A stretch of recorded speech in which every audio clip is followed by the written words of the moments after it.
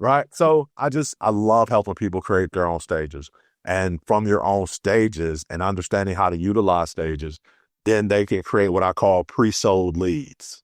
And that's when leads come to you and they're just ready to sign up Yeah. because they know what you do. They spend time with you. It's not this big cycle of I'm trying to convince you. Step into the world of success with your brand amplified, the ultimate podcast designed to unravel the intricacies of thriving businesses. I'm your host, Annika Jackson, and I'm on a mission to uncover the stories, strategies, and secrets that have propelled entrepreneurs and business leaders to success. This is a man after my own heart, a serial entrepreneur who has multiple things going at any one time, from relatively close to where I grew up, because I grew up in Kansas and spent a lot of time in Missouri, in my younger years, chopping it up, going to clubs, doing a lot of different things in different cities. And your story is one that I say, there but for the grace of God go I, because I think back and so many times I could have gotten myself in situations where I was in the same place that you had to go through. And I think so many of us just get right to that edge. So AJ Vassar, thank you so much for being here. I'm so excited to dive into this conversation. I'm excited to be here. I appreciate you having me. This is an honor, for real. Oh, thank you. No. And not to mention, you're also giving me great guests. So we'll talk, and great business ideas. So we'll talk about those two things, but let's start with your story. You were sleeping in your car in 2014, and only a couple years later, you're giving away cars and you're doing so much more. Do you mind sharing your story? Yeah. So how I ended up in my car, I always have to let people know the backstory because they're like, man, you didn't have family to go to. And I'm like, no, I come from a very big family. My mother has 8 children. My dad has 19. So I had a place to go. When I was about to be homeless, I went and talked to my mentor. His name was Sam Shepard. He was the first African-American to do $1 million a year in Primerica. And I told him I was going to be homeless, so I was going to move back to my mom and stay with her until I got back on my feet, and then I would move back to Atlanta. She was in Texas at the time. And Sam said, no, you're not. He said, you don't want to start bad habits. So when he said no, I was like, oh, Sam is about to give me some money, right? Because Sam just told me I'm not going to move back with my mom. And instead of giving me money, Sam, he shocked me. He said, I have a very safe parking lot you can sleep in. Okay. Huh. He said, you'll learn more from your car than you ever will running from your problems. And that was deep for me because, I have a lot of women in my family and all of them were trying to save me. And Sam was the only one that wasn't trying to save me from my situation. He was like, grow through your situation. So I had a little money, but I had to decide, was I going to eat my business or was I going to let my business grow? So that's how I ended up with my car. It wasn't that bad. I would go take showers at Gold's Gym, from time to time. I would, I had people I would stay with, but what it did teach me was, for me, homelessness was my boogeyman. And I think in a lot of entrepreneurs' journeys, we have to face whatever that boogeyman is. Everyone's boogeyman isn't homelessness, right? But whatever that is, you have to face it. So I faced it. Wow. And so then what happened while you were homeless? You're pouring into your business. And what was your business at the time? And then, you're giving away cars. So what happened between homelessness by choice and then finding that success? So I had a mobile marketing company where I was developing mobile apps and doing text message marketing. I started getting clients with that. And my Uncle Mark, who's been like a key part of my life, he always says, plan your work and work your plan. He called me one day and we were talking about it. And he said, why don't you go get a job? You can still do your business and still have income coming in. And I said, man, because I want to pull myself up from my bootstraps. He said, but what if you don't have boots? Huh. And I never thought about that. Yeah. He was like, get a job and buy boots and then pull yourself up from that. So, as I was building my business, I was still building my business. I went and got a job. The job that I got, it was very strategic because it was with a company where my job was to recruit event planners. Oh, Well, the event planners hire speakers. right, right. So so when I came in, they were like, "Who is this kid?" Because he's reaching out to everybody. They didn't realize like I'm building relationships, Uh-huh. right? These people are working. I'm building relationships, and coming from an entrepreneur background, when I went to the job, they were like, "Hey, we make 50 calls a day," and I was like, "So you gonna pay me to make 50 calls?" Hmm. In hours? Like, I could do that in 2 hours. What I'm gonna do with the other 6 hours? Like, it's like, this is great. So from there, I had money from my business, money from the job. And it was just one of those situations where I realized, when I sat back and thought about it in 2016, when I thought I had nothing, I had a car. Hmm. So then I wanted to find people that didn't even have that. And I wanted to give it to them. So I gave 6 cars away, had no idea who they were. I would just call like pastors that I knew and was like, "Hey, is there anybody in your congregation that doesn't have a car?" And Wow. they'd be like, "Yeah." I would go get my car. That's incredible. Where you were still not as highly successful as you are today, right? But you still had that mentorship that you'd received. You wanted to give back. You had that servant leader heart. And so you said, you know what? I do have something. And so I have something I can offer to other people who to give them that spark of hope. 100%. Wow. 100%. That's what I did. It wasn't, I didn't look at it as anything huge. Even now, I'm like, I gave 6 cars away. But anybody could do it. All you got to do is save like a percent of your money every month, and then you put it towards a car. that's that's all I was doing. I still don't think it was incredible. It was just like I made a plan. I planned my work and I worked my plan. Yeah. Well, and did you get to hear more about the people you gave cars to, even that you didn't know who they were? Did you get stories or anecdotes about what happened after? No. No, Wow. You just wanted I to, I just wanted to give it. Like I didn't want them to feel obligated to me. I didn't want them to feel like they had to, you know. I would literally just go and give them the title at the church, and that would be it. I wouldn't say anything else. wow, that's really amazing. Yeah, So, yeah. So this is what was the cool. next step? Because I know you've, had your business, you've worked for different organizations, and now you seem to be living the dream. So, I want you to tell us a little bit more. And now you have several businesses. You work with really successful entrepreneurs and athletes and all kinds of people to do a number of things, which we'll unveil because you kind of teased it out a little bit with your story about the job that you had. But Okay. So in 2018, I decided I was moved by what I call mortality motivation.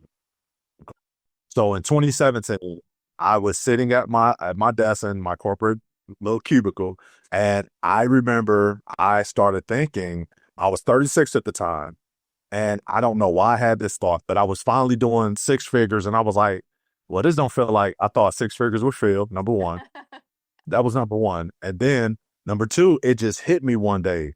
It was like, "Hey, your dad died at 49, oh, and you die at the same age as your dad. You have 14 summers left." And that is just like it shook me.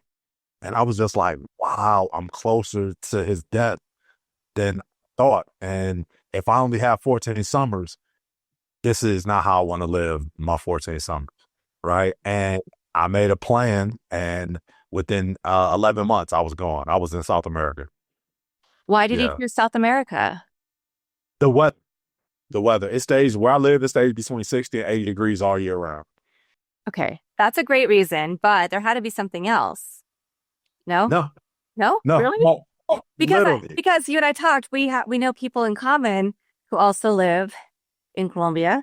I know so many entrepreneurs now who are choosing to go to South America. Yeah, when I did it, I didn't know anyone here. I didn't know one person. I just knew I felt like this is where I wanted to be. And my idea was if I don't like it, I'll leave in 6 months. Okay. That was my idea. Like, hey, I love the weather. I grew up in Illinois, right next to Missouri, right next to St. Yeah. Louis, and I literally was born in a blizzard. Yeah. I just wanted to be somewhere where I didn't have to deal with weather changes. So yeah, and since I've been here, I've met incredible people. But yeah, I don't know. I wanted something different. Yeah. So when you moved there, what did you think you were going to do for work? Oh, just man, add value. I knew this is my thing. To me, money and value are interchangeable. Mhm.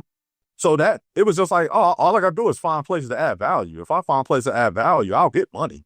Right. And a lesson that I learned while I was homeless was if you give more in value than you receive in payment, you'll always have clients. Mhm. And that was just the thing. I just need to give more in value than I receive in payments, and I'll always receive payments. Wow. So it was just find out what the need is, find out what people are struggling with, and then yeah, I knew I could make money. That was the least of my concerns. That's amazing because that's usually what people have hangups about, right? We have money stories, money blocks. We don't feel worthy enough to ask how much we should be receiving because of our value. Especially women, we undervalue our skill sets and our assets. And it's really hard to get out of that mentality and ask for what you're worth. And when you know you have a specific thing that you can fill that nobody else can do just the way that you can. Yeah, a good way to do it is just number one, you have to realize the first people that you're going to help, they're going to get over, right? Because you're going to give them everything because you don't know how much it should be. But a question I always ask them is, how much would you have paid for this? I just put it out there and I'll tell them, hey, I'm not going to charge you whatever you tell me, but I want to know what would you have paid so I can charge somebody else. And then they'll tell me. So then, I mean, I have a lot of people that I work with that are grandfathered in at lower prices. Yeah. Right. It's just it's part of the business. There's some of the same people that we know, right? I'm grandfathered into some of their stuff at prices people would never believe Oh, same. because Same. yeah, exactly. So it was like I was one of the first ones. Yeah. So get the lower price. That's part of being their test subject, right? So it's benefits and it's risk to being the first. Yeah. Right. They make a lot of mistakes, but your grandfather in. So, and if you think about it that way, and if you look at it as a long-term play, to think, you know what, my 50th client won't be paying the same thing as my first client, then you don't worry about it, right? And my 100th client won't be paying the same thing as my 50. Wow. Yeah. So you just keep going. You keep going. You keep getting better. Fantastic. Okay, before we get into exactly what you do right now, this isn't a question I usually ask, but I think it's something, especially in the times we live in, that people need to think about. I know I'm Thai and Lao on my mom's side, so I have dual citizenship with Thailand. So that is part of my long-term or maybe short-term plan. Because I know when I go there, weather is fantastic, the people are nice, the food is so fresh and healthy, and it's so low in price. You can rent a place like near my mom, fully furnished corner condo overlooking the ocean for $300 US a month. I mean, totally things that are just unheard of when we're all here struggling and seeing like what all the changes are going on right now with our economy and the stock market and tariffs and just this uncertainty that we live in, right? So obviously you moved there way before this moment in time that we're here and now. But what was it like moving? Do you get a long-term visa? Are they very welcoming to foreigners coming to live and start businesses? And, is there a big expat entrepreneur community? Yes. In the city that I live in, Medellin, there is a huge expat community, almost to the point to where I'm ready to move. Oh, no. And it's just one of those things to where when I first came down here, it just wasn't like that. So it was so easy not to run across anybody that spoke English for days. Right. So it helped me greatly with my Spanish. Now I meet people all the time who speak English. So it's just like, I want to practice Spanish more. But no, Colombia is very welcoming, very friendly. I think that the biggest thing with them is they have to make sure that they don't allow expat dollars to raise the price too much for their citizens. Okay. Yeah. Right. Because we can accidentally gentrify certain areas for them as well. So it's a very delicate balancing act. But I think that when you go places, if you don't bring your mentality down, and unfortunately, I've seen a lot of Americans do that, they'll come to, different countries, Colombia, and they want American stuff or they want them to do things the American way. And it's like, this isn't America. Right. Respect the culture. Please respect the culture. Right. Which to me doesn't make sense because those same people will say, well, you're in America, speak English. But then you come to Colombia and you're like, well, why don't you speak English? Because this isn't America. Like, what are you doing? Like, Yeah. Yeah. but no, it's great. I think everybody should leave the country and go live somewhere else for a little while, Yeah. just so you can respect Hmm. what people go through, right? I have a huge respect now for people that go to other countries and they have to learn how to make it and they have to learn our culture and they have to learn how to get in the service industry and Right. bring in money because it's tough. It's yeah, so I tip my hat off to all people that made those transitions. Yeah. Well, let's talk about your world of work today. You have a few different things that you do that serve people and help them get to their goals. So my biggest thing now is I feel like I'm almost on a mission. I despise, and I that is a strong word, but I despise people in the coaching space and the online space, the online marketers that have big megaphones that are great at running content and doing ads and doing all this stuff, but they haven't done the back work to prove what they have. Yeah. They haven't went through the process, right? And I think there are so many people that have actually went through the process, Yeah. right? They know how to get the results. They just don't have the recognition, Right. right?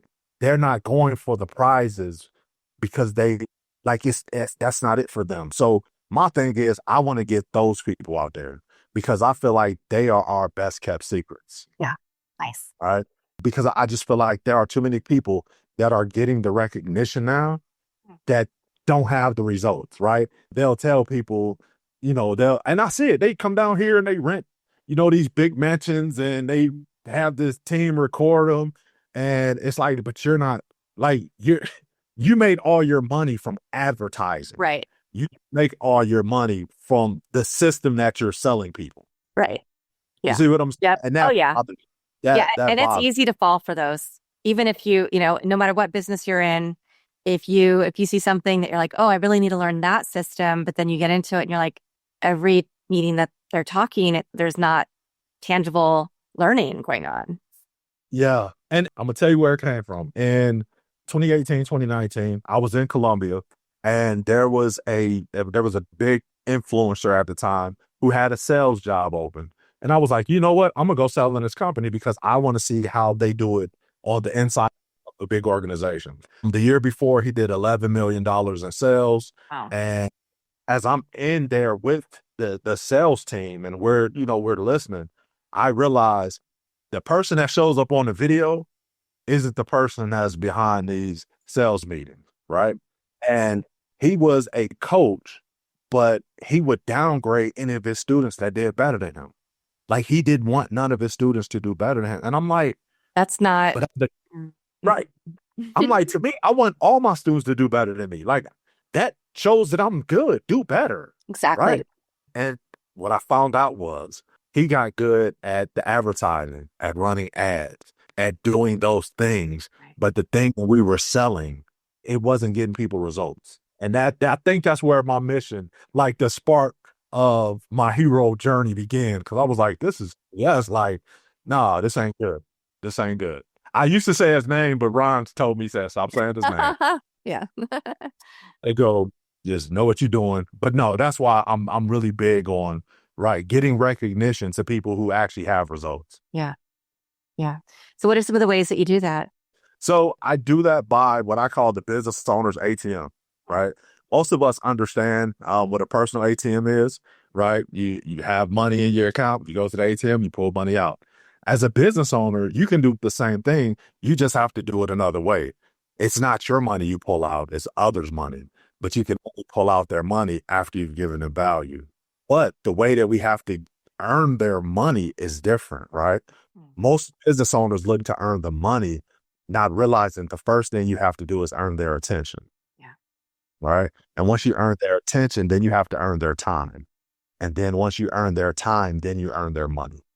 So for me, I've really gotten big on showing people how to get attention, right? How to get attention the right way, where you can toot your own horn without blowing it, right? And you can talk about what you're really doing for people instead of speaking from theory, because a lot of people are talking from theory and they're regurgitating things that other people have said that sound good. But when you get into it, You know, I used to have this cousin, real quick. I used to have this cousin, and we laugh about it now. But he would always tell me, I would ask him how to do something. He would say, man, all you have to do is, and he, all you have. So I'm the type, if you tell me that, I'm going to go do it. Right. So I get into it and I start doing it. And I'm like, well, he said, all you have to do is, and I started, and I'll go back to him and I'll be like, hey, so I started this and I did what you said, but I'm hung up here. What do I do now? And he was like, I don't know. I just figured that's what I'm like, yo, you should have told me that. Well, now you But just Google it, right? So there's a few people I know that are the people that everybody goes to ask those questions, and they are like, have you Googled it yet before coming to ask me? Because I'm going to do the same thing. yeah, but you know what? It's certain things when you're in this and anybody that's gotten results, right? Yeah. It's certain things that you only will know if you've done it. Right. Right. Like you can't fake it. You Yeah. can't even read about it because the details are so intrinsic. You like, oh, I forgot I even did that. Yeah, but once you get here, this is what you do. But you'll never know unless you were in it, right? So I like talking to and helping the people out that have been in it so that they can truly help people walk that path. So you take people kind of through their full cycle of business because you have a podcast. You help people get speaking gigs, right? And get on podcasts and leverage who they are for their expertise.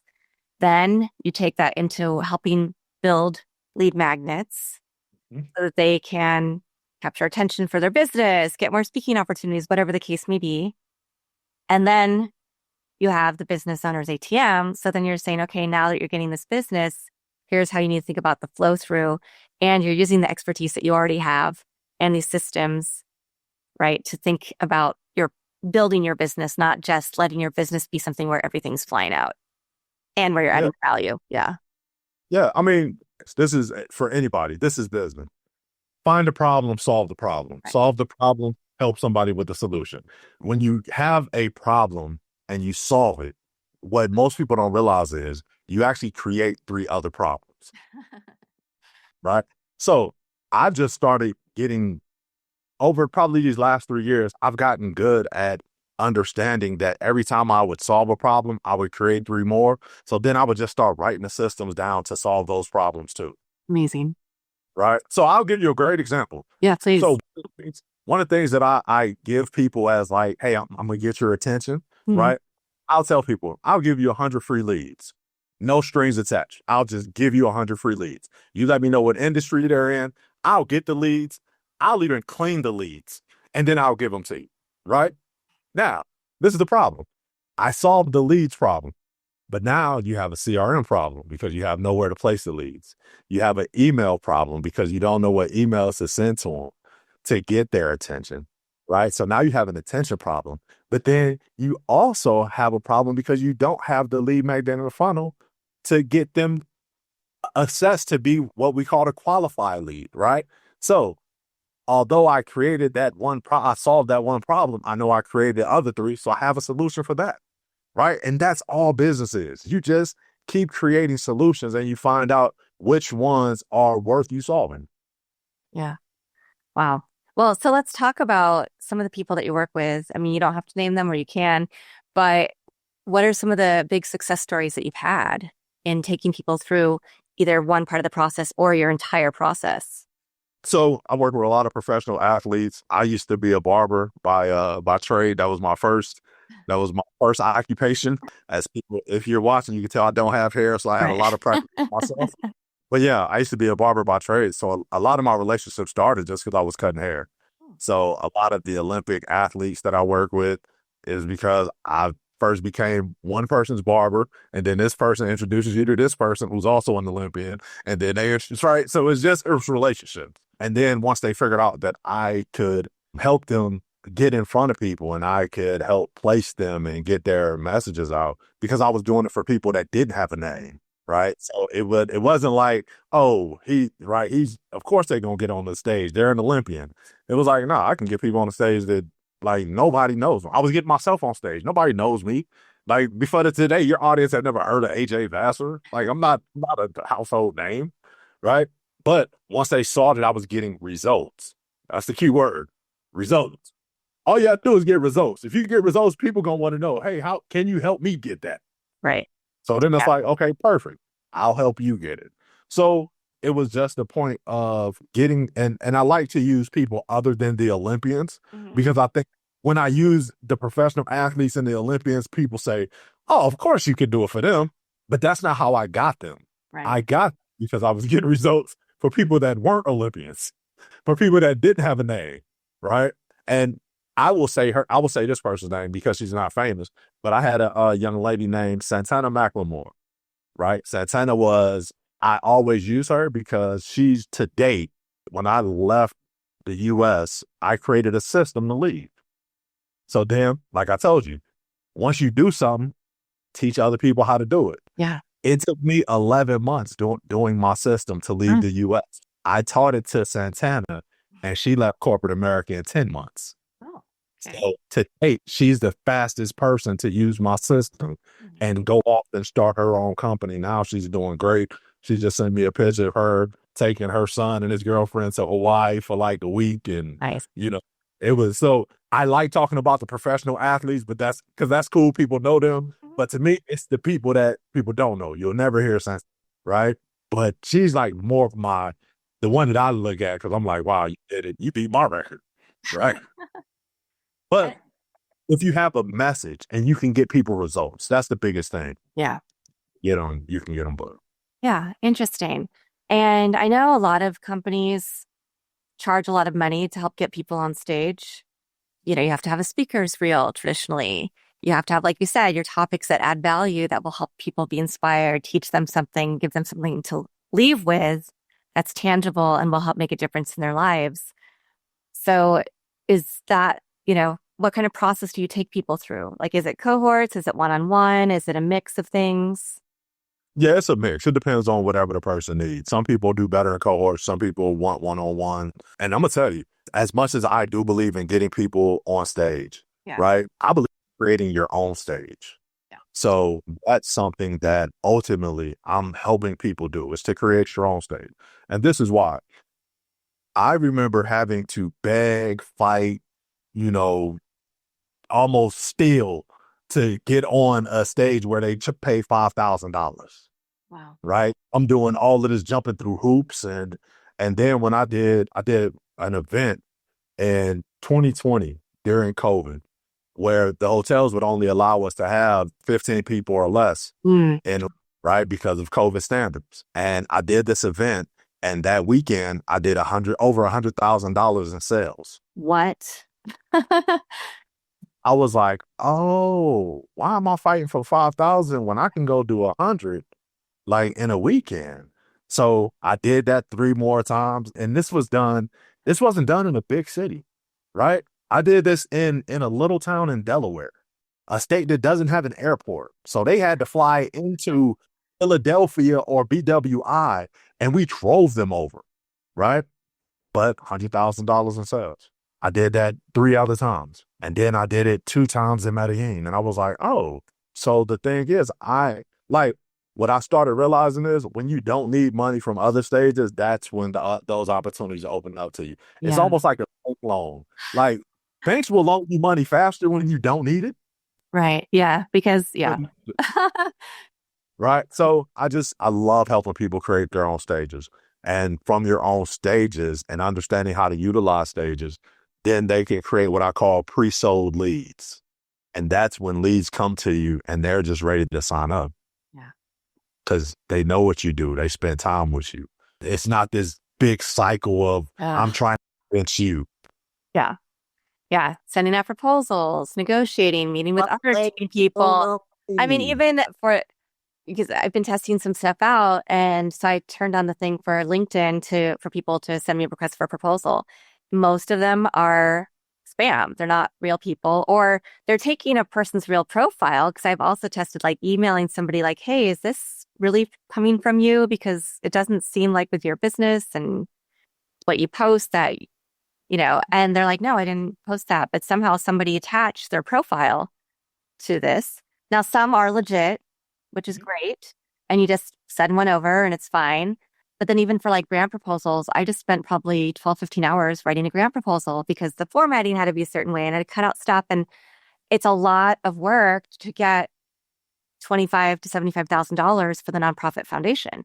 So when I think about the things I have an expertise in, I want systems where people are just going to come where I don't have to reaffirm my value because I know my value and they can look up a whole bunch of stuff to find out all about me, right? So I'm very transparent in who I am and what I do and what services I offer and how they're going to help people. But I think that's a problem that a lot of people get stuck on is they think it has to come from really hard work, justifying your value, even if it's obvious, right? We've gotten to that point. You've gotten through that first hurdle of showing your value. And then getting to the next part, right? Because when you have scarcity, whether it's mindset or just reality, when you're starting a business or a venture, that's when you get desperate and you don't have those opportunities. Like you said, the bank's not going to give you money, maybe a bad credit, maybe some other situation. So you're trying to figure out how to get to that level where people see you, hear you, recognize you, want to do business with you, where the banks are saying, hey, let's throw money at you, whether you want it or not. Like, yeah.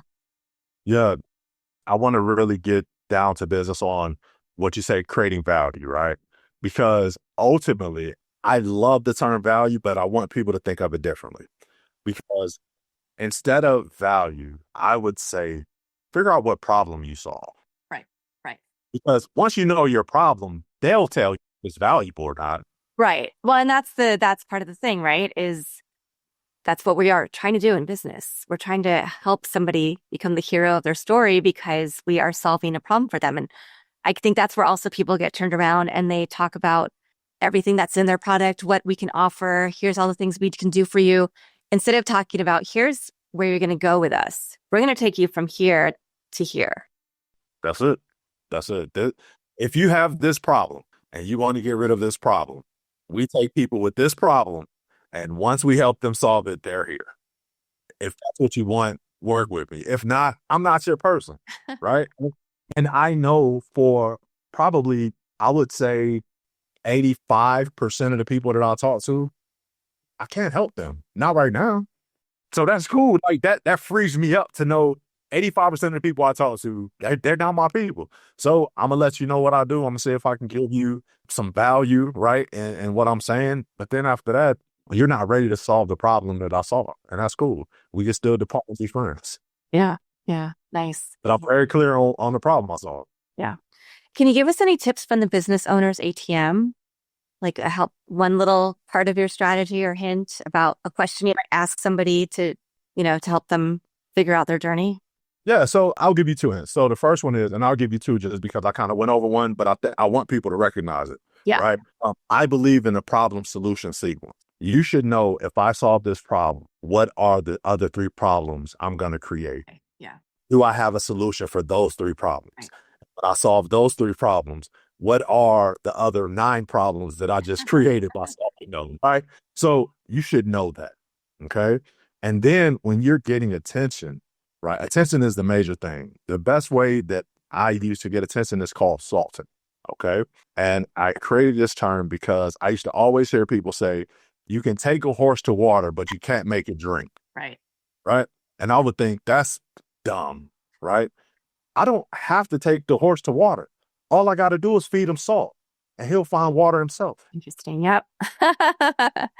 Right. So I can salt clients. So I'm going to teach you a really quick way to salt people. Okay.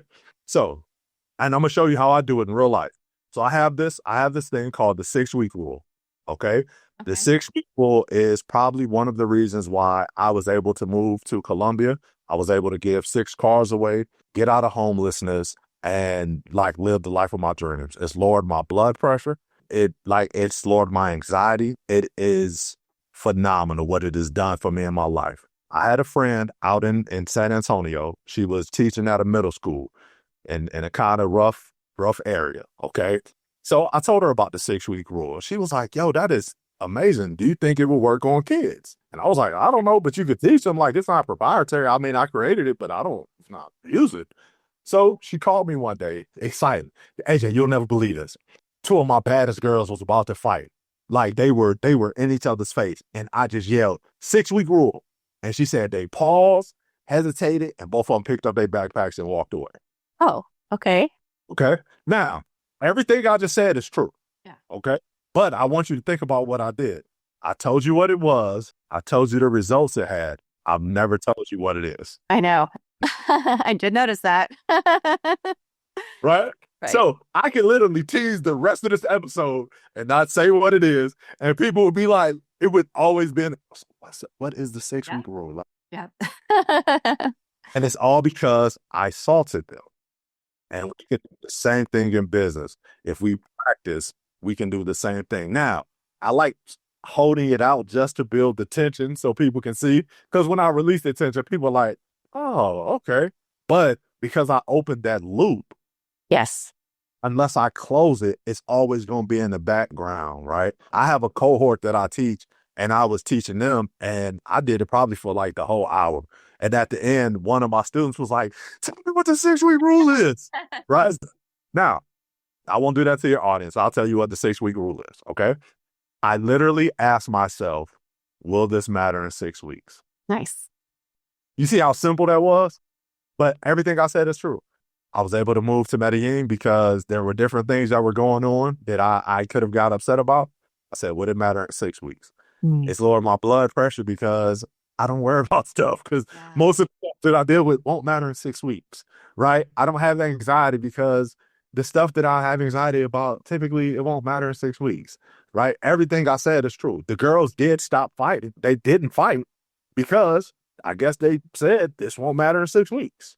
Nice. But that's how you salt people, right? Yeah. So I use that a lot to get attention. Nice. Yeah. So that's well, it's a very worthy technique. You had me. I'm sure you had everybody who's listening as well, just waiting.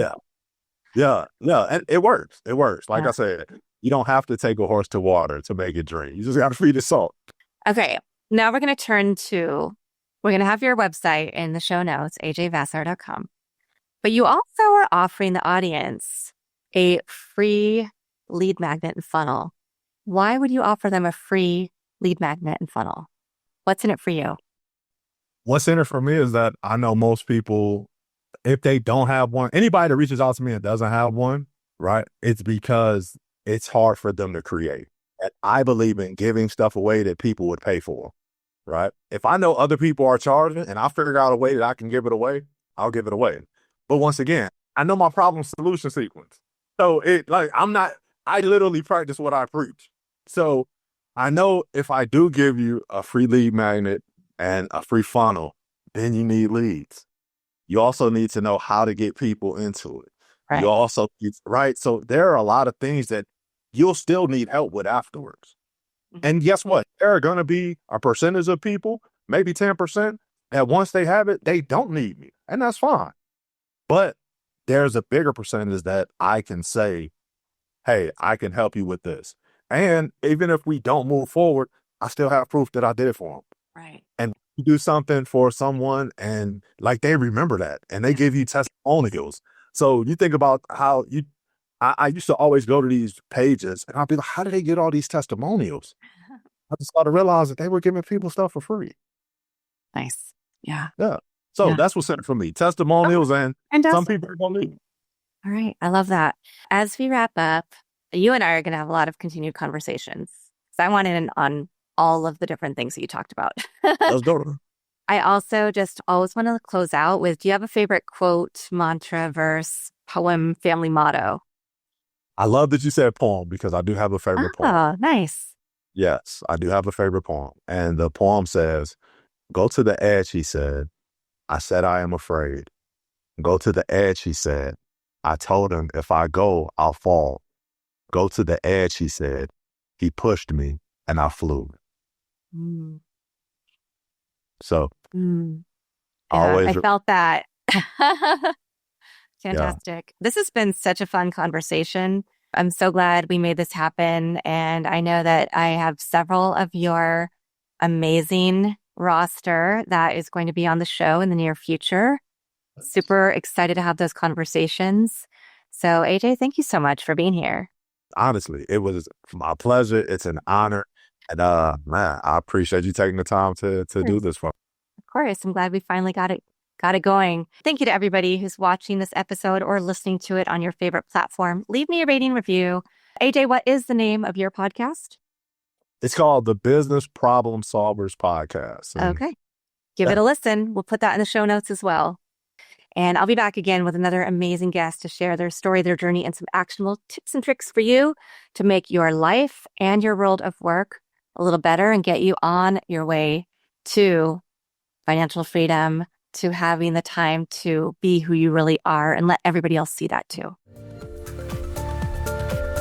Thanks for listening or watching to this episode of Your Brand Amplified. Don't forget to leave us a rating or review on your favorite podcast listening platform. And if you want to learn more, check us out at yourbandamplified.com.